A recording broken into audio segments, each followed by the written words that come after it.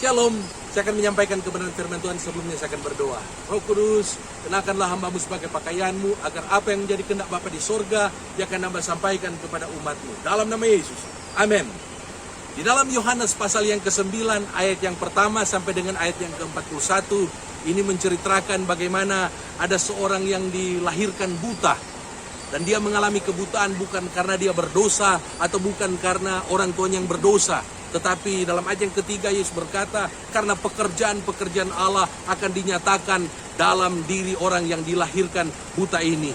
Dan kita tahu ceritanya selanjutnya, Yesus meludah ke tanah, dia mengaduk-ngaduknya dan dia mengoleskan di mata orang yang lahir dalam keadaan buta.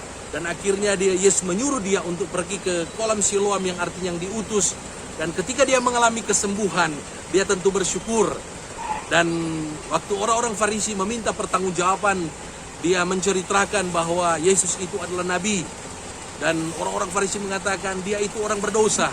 Tetapi orang yang sudah disembuhkan ini mengatakan tidak mungkin dia orang berdosa. Karena Allah tidak mendengarkan doa-doa daripada orang berdosa. Orang yang sudah membuat mata saya bisa melihat, masa dia berdosa. Dan akhirnya dia diusir dari hadapan orang-orang Farisi.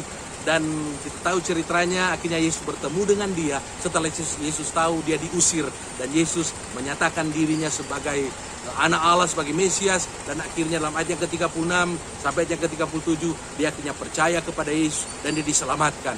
Artinya dia bukan hanya disembuhkan secara fisik, matanya bisa melihat, tetapi dia juga disembuhkan juga secara rohani. Dia bisa diselamatkan, dia memperoleh kehidupan yang kekal. Biar kebenaran firman Tuhan ini mengingatkan kepada kita pada hari-hari ini. Percayalah kepada Tuhan, taat kepada perintah Tuhan, sama seperti orang yang dilahirkan buta ini.